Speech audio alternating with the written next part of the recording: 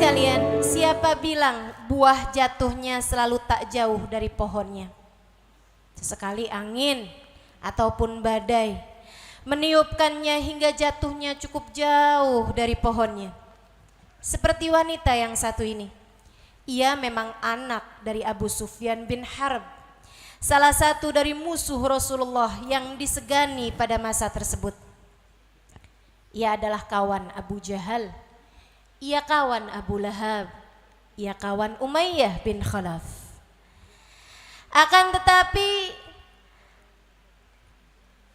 putri dari Abu Sufyan, cahaya Islam menelusup hingga relung hatinya yang terdalam.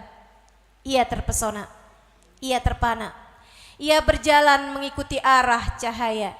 Ia masuk ke dalam agama Islam bersama dengan suaminya Ubaidillah bin Jahash. Ia adalah Ramlah binti Abu Sufyan yang dikenal dengan panggilan Ummu Habibah. Tak ayal sang ayah berusaha sekuat tenaga mengembalikan anaknya dan menantunya ke jalan kakek nenek mereka sebagai penyembah berhala. Dan seperti yang kau kira, iman apabila telah menetap di hati seseorang layaknya batu karang, ia tak hempas diterjang gelombang. Abu Sufyan sudah tidak lagi memiliki muka di hadapan kawan-kawannya. Malu yang luar biasa kepada teman-temannya yang berusaha mengalihkan semua orang dari agama Islam, namun putrinya sendiri masuk ke dalam agama Islam. Teman-teman Abu Sufyan berusaha mengganggu keimanan Ramlah bintu Abu Sufyan, sehingga hidup menjadi tak mudah. Dari cacian, makian, gangguan, bahkan pemboikotan terhadap mata pencaharian mereka. Mekah sudah menjadi sempit bagi kedua pasangan tersebut. Pada saat Nabi mengumumkan untuk diperkenankan hijrah ke Habasyah, Ummu Habibah termasuk di antara mereka yang memutuskan untuk hijrah ke negeri tersebut. Namun baru beberapa hari mereka aman di negeri itu, Abu Sufyan yang tidak membiarkan anaknya meninggalkannya mengutus beberapa orang dari kaum kafir Quraisy untuk menfitnah mereka di hadapan Raja Habasyah pada saat tersebut. Tuan, mereka orang Islam yang datang kepadamu telah berkata tentang Isa Al-Masih ucapan yang tidak benar, dan Raja Habasyah adalah penganut Nasrani. Sang Raja Najasyi marah, namun ia adalah orang yang bijaksana. Dipanggilnya beberapa perwakilan umat Islam, dan datanglah Ja'far bin Abi Thalib yang telah hijrah ke Habasyah bersama istrinya Asma binti Umais. Ja'far ketika ditanya pandangan Islam mengenai Isa Al-Masih, membacakan surat Maryam yang menyatakan bahwa Nabi Isa adalah ruh Allah dan kalimatnya, utusan Allah sekaligus hambanya.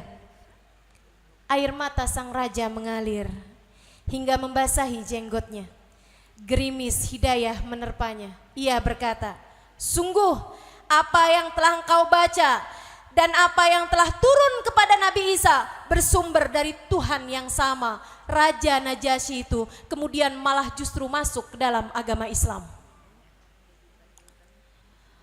Utusan Abu Sufyan kembali dengan gigit jari, dan Ummu Habibah kini dapat menarik nafas lega.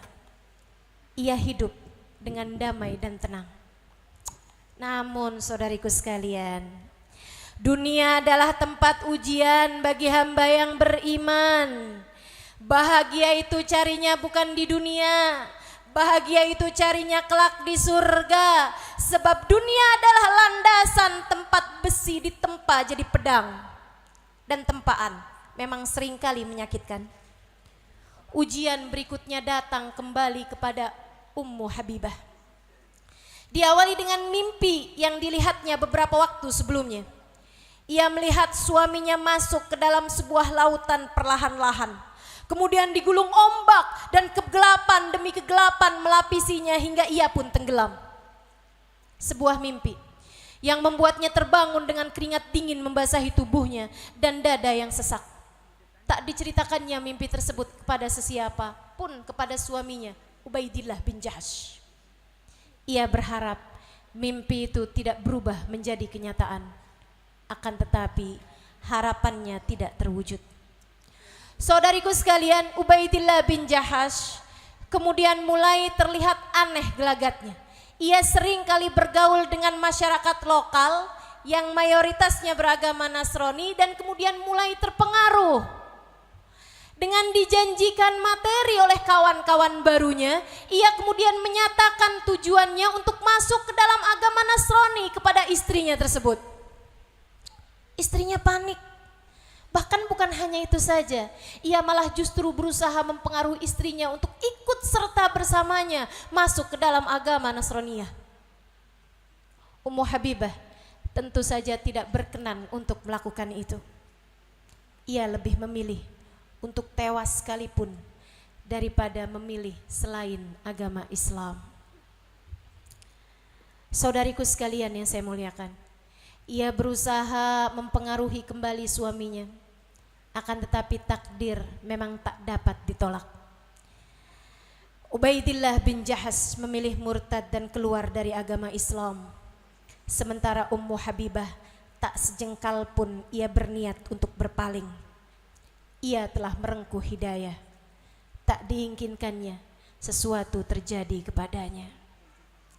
Tak diinginkannya ia melepas cahaya Islam tersebut. Allah dan Rasulnya senantiasa ada untukku, begitu pikirnya selalu. Ia setia, suaminya kini meninggalkannya. Dan beberapa bulan kemudian ia mendengar kabar suaminya meninggal dunia dalam keadaan mabuk di tempat-tempat minum khamr bersama dengan kawan-kawannya. Ia kini sendiri, dihadapkan pada pilihan yang keduanya tak akan dia ambil.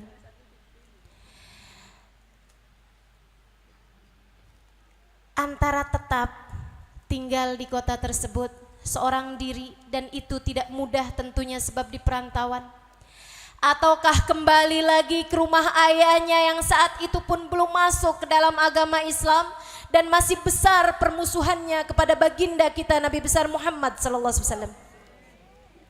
Ia memilih bersabar. Ia memilih mengadukan segala masalahnya kepada Allah. Ia memilih menenggelamkan dirinya dalam sujud-sujud panjang.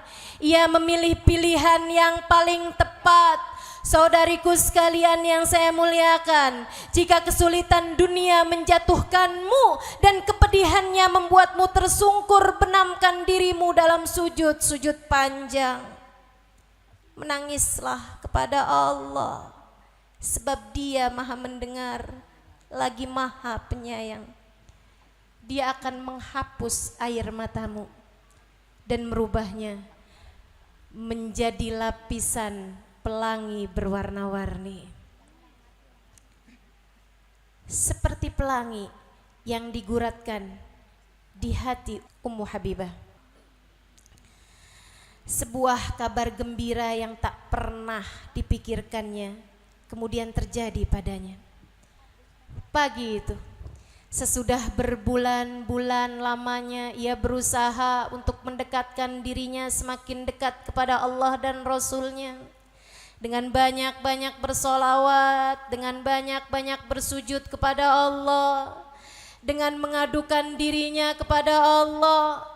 Pagi itu istri dari Raja Najasyi datang bertandang ke rumahnya dan berkata, "Wahai Ummu Habibah, aku diutus oleh suamiku Raja Najasyi dan ia telah diutus oleh Nabi Muhammad untuk melamarkanmu untuk Nabi Muhammad." Ummu Habibah dilamar oleh Nabi Muhammad. Ummu Habibah diminta untuk menjadi istri Nabi Muhammad. Ummu Habibah menjadi seseorang yang cintanya ditautkan kepada seindah-indah dermaga. Ummu Habibah menjadi salah satu dari sedikit perempuan-perempuan yang beruntung menjadi pasangan bagi manusia paling agung, Nabi kita Muhammad sallallahu alaihi wasallam. Ia terdiam lama. Disekanya air mata haru dan syukur yang mengalir tak terasa dari kedua matanya. Ya Allah, inilah jalan keluar terindah yang tak pernah kubayangkan sebelumnya. Pintu itu telah terbuka. Mendung kelabu dan hujan badai itu telah tersingkap dari langit hatinya, berganti dengan pelangi indah berwarna-warni. Bersiaplah wahai Ummu Habibah. Suamiku Raja Najasyi telah mempersiapkan sebuah pesta indah bagimu di istana. Ia diminta untuk menjadi wakil dari Nabi Muhammad dalam mengakadkan dirinya denganmu. Subhanallah. Saudaraku sekalian, saat kau diuji, jangan pernah memilih selain Allah dan Rasulnya. Dan itu akan membuatmu berada dalam keindahan yang tak terperi. Sallu ala Nabi.